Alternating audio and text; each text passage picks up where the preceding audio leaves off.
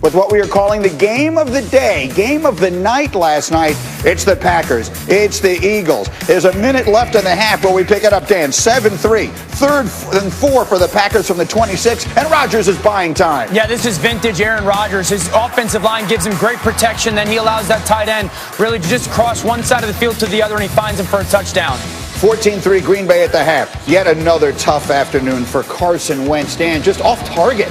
Yeah, just zero confidence with the football when it's in his hands. You can see it when it leaves his hands. He's not seeing things well, driving the football as much as he can. Off target, there's no rhythm with his game right now. Wentz, 6 of 15 for 79 yards. Third quarter, it's 14-3. Packers on their own 1-yard line. Why not? Aaron Rodgers going to flip it up, and Davante Adams with the catch. I have no idea how Davante Adams makes this contested catch. Finds it before that corner makes contact with them. Strong hands is beautiful. And then I love this play down in the red zone. My guy, be better than your guy. Kick it out to him, finish in the front pylon. That's a 99-yard touchdown drive. Packers up 20-3. Fourth quarter, here's your moment. Dan, Jalen Hurts is on the field. And on a 4th and 18, looks pretty good, throwing a touchdown to Greg Ward Jr. I love the fact that he climbs the pocket, keeps his eyes downfield, and then that ball's got to get up over that defender, Greeny. I love the touch of the football. Great start for Jalen Hurts. It's under 7 to play now. Packers are punting. Jalen Reagor is back to receive. So we saw something from their 2nd-round draft pick. How about from the 1st-round draft pick? He drops it, and he scoops it, and now he's on his way. And this is what he's got in his game. He's a really big playmaking threat. They need to use him more, but I love the ability to make that punter miss. Pat McAfee would never allow it, and now the Eagles are back in this football game. It's 23-16. The Eagles would punt. The Packers would get it back, and here comes Aaron Jones. Rex, how about the moves for Aaron Jones? Look at the balance and the strength. And then the finish right here. Look at the hustle also by these linemen down the field here. But this is what makes the Packers so dangerous. They got a 1-2 punch. They can throw it and they can run it. It's a 77-yard touchdown for Aaron Jones, 30-16. Under 2 minutes left. Hurts trying to find something. Instead, he finds this. Picked off. That's all she wrote. Aaron Rodgers had himself a nice day. 295 and 3 touchdowns. But all the talk after was about Carson Wentz. I didn't know what the plan was fully. I was just told he was going in for the next play and next series, so I didn't really know what was going on there. But obviously that's frustrating as a competitor and just the personality that I have. You know, I want to be the guy out there, but, you know, it is what it is. And, you know, they made the call today. And at the end of the day, we lost. As a team, we lost. And that's what I think, for me, I'm most frustrated about. All right, and so many words have been spoken about Carson Wentz on this program, and Dan Orlovsky, you said so many of them. What is the first thing to say about this today? Carson Wentz is broken. The Philadelphia Eagles have broken him. And if you look at the 2 most important people in their organization when it comes to power, it's their general manager and their head coach. And their general manager, within the same year, gave Carson Wentz the biggest guaranteed contract ever, and then drafted a guy in the 2nd round. You know, so there's a seed of doubt planted in Carson Wentz's mind. And then the head coach, Doug Pederson, yesterday decides to go, okay, it's time for Jalen Hurts, which is probably the right decision. And then he leaves him in for the rest of the game. And now you've got another seed of doubt. Does my general manager believe in me? Not as much as I think. Does my head coach believe in me? Not as much as I think. And that has broken Carson Wentz. And I always use this saying, don't give up what you really want for what you want right now. They really want Carson Wentz to be their franchise quarterback, but they want to win games right now. That's why I think they have to start Jalen Hurts next week. I don't think you can walk into your locker room and not play him because your quarterback is completely mentally broken, and the Eagles did it themselves. RC, Jalen Hurts or Carson Wentz next week? Which direction should they go?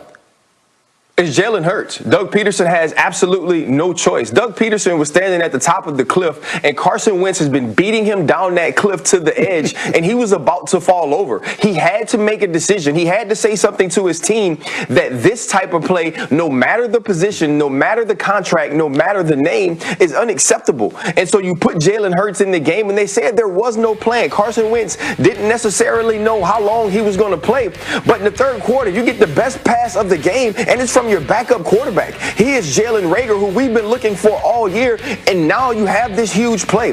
And then you go into the fourth quarter, and it's 4th and 18, and I know it's kind of a time where you're trying to figure out how can we just get this game close, and he throws a touchdown. The football had touch on it. He was accurate. He created plays with his legs. He looked like the more poised, experienced, confident quarterback yesterday. And so Doug Pederson, you start him. And if it doesn't work out, then fine. At least you made a change. At least you showed your team that play matters. And if it works out, then you have a decision to make in the future. But it's no decision to make about the quarterback of the Philadelphia Eagles next week, because that guy has to be Jalen Hurts. Well, Rex, you know, you're my coach here, and so the coach has to balance losing his locker room versus potentially losing his job. How do you handle this now if you're Doug Pederson? Well, if he loses his locker room, he's going to lose his job anyway. So to me, look, I have not been a huge fan of Jalen Hurts. I mean, I don't think he has the NFL skill set. But right now, I mean, so I don't see him as an NFL quarterback. But right now, the way Carson Wentz is playing, he's not one either. So to me, you got no choice. What I saw as just a fan is as soon as you put Hurts in, the entire team picked up. So that was a spark like, hey, we want this guy. And then when you hear, like, you see this, like, attitude by Carson Wentz and all that, like, I understand. Here's my sources tell me that he's a guy that knows it all in the locker room. Well, guess what? That doesn't fly. That means people want you benched. And that's what I don't think they have a choice. They got to go with Jalen Hurts. And, you know, so we'll see. When you say that, it's reminiscent of the fact that this is a team that seemed to play better around Nick Foles than it did around Carson Wentz. And maybe now it makes a little sense to you. Yeah, it makes sense to me now when I hear about these. This is, you know, a know-it-all guy. Because at the time, I'm like, there's no comparison. Athletically, Carson Wentz is exactly what you want as a quarterback.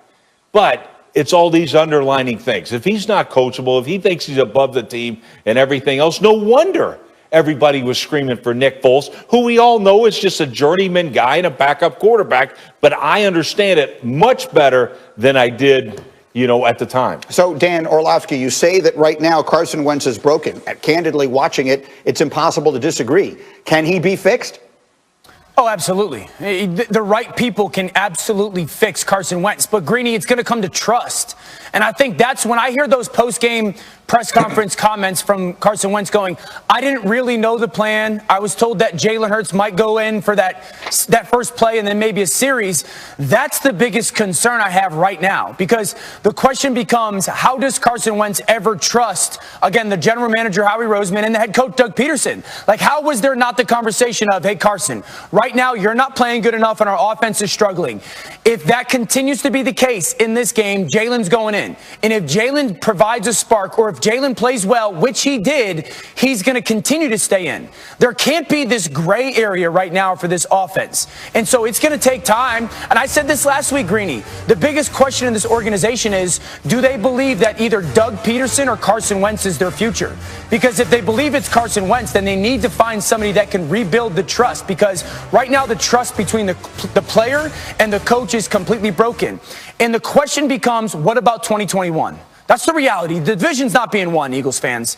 What about 2021?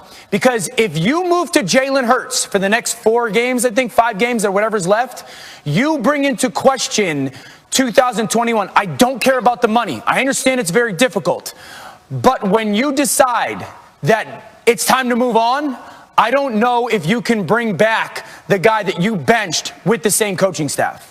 It's 4 games left for the Eagles at this point, and they, in theory, because the division is so bad, are still alive in it. But as we will show you later, the Giants and some other teams are showing some signs of life. What do you think, RC? Is Carson Wentz the starting quarterback in Philly next season?